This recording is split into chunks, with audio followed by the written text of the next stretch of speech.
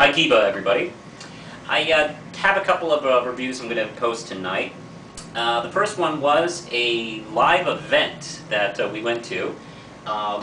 Fandango, I've never done one of their Fandango live events at a movie theater. So what could get me to do one of these? Well, maybe Riff Trax, Mike Nelson, Bill Corbett, and Kevin Murphy did a live performance ripping on Plan 9 from Outer Space by Ed Wood. Now I think they've already done this, they've released it on DVD, but I haven't seen this one, and seeing them rip live is, you know, with a crowd is an incredible experience.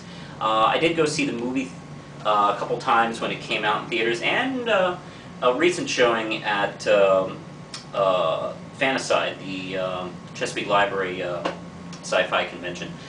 So seeing them do it kind of live off the cuff and maybe make a mistake or two, including a short. They added a short. It was Flying Stewardess. I love the shorts, and they just did a fantastic job. Now, it wasn't just the simple show.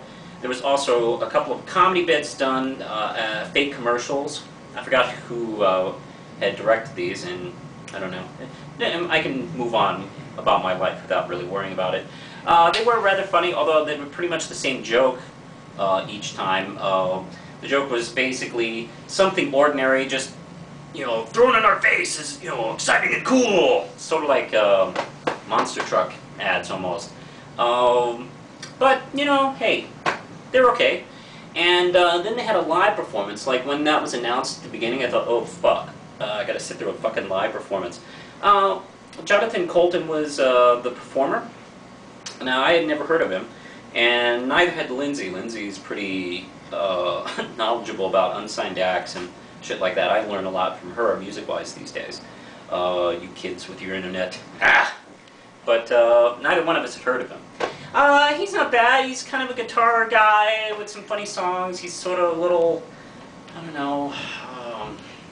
He was kind of funny. He was okay. I'd rather just go on to my main performance, but you know, it didn't kill me watching it. Although it was kind of funny, and actually it did get unintentional laughs in the theater. There are occasional shots of audience members, usually cute girls, singing along, lip-syncing perfectly to his songs that no one in the theater had heard of. And each time it started to get more and more laughs, actually.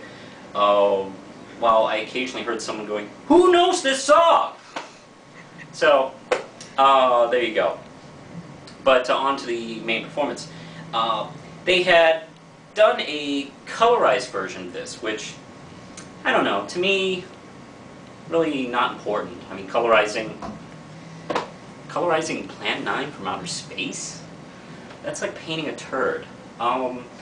And it really didn't make any difference, really, because, I mean, why did they colorize it? Were they worried that mainstream audiences wouldn't come in to see a black and white movie made fun of? I mean, look, whoever was going to come was a Mystery Science Theater fan, and I think we've seen some black and white films before, so it didn't hurt the experience, but it just was like, I don't know, why bother? I mean, it was like when that recent reprinting of Killing Joke came out, and they erased the yellow around Batman's symbol. It's like, okay, I mean, it wasn't really important, but no, didn't really hurt, but you know, okay.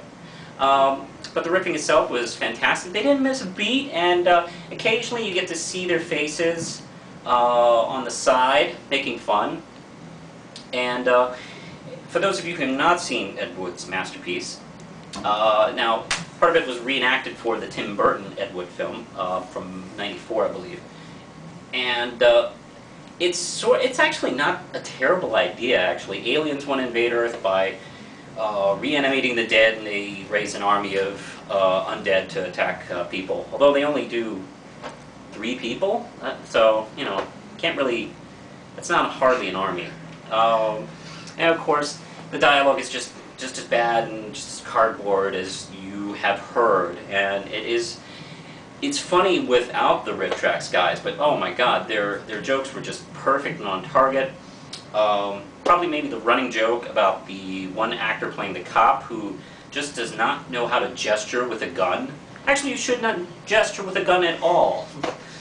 I will remember that forever. And of course, all the tour jokes, the Bela Lugosi jokes.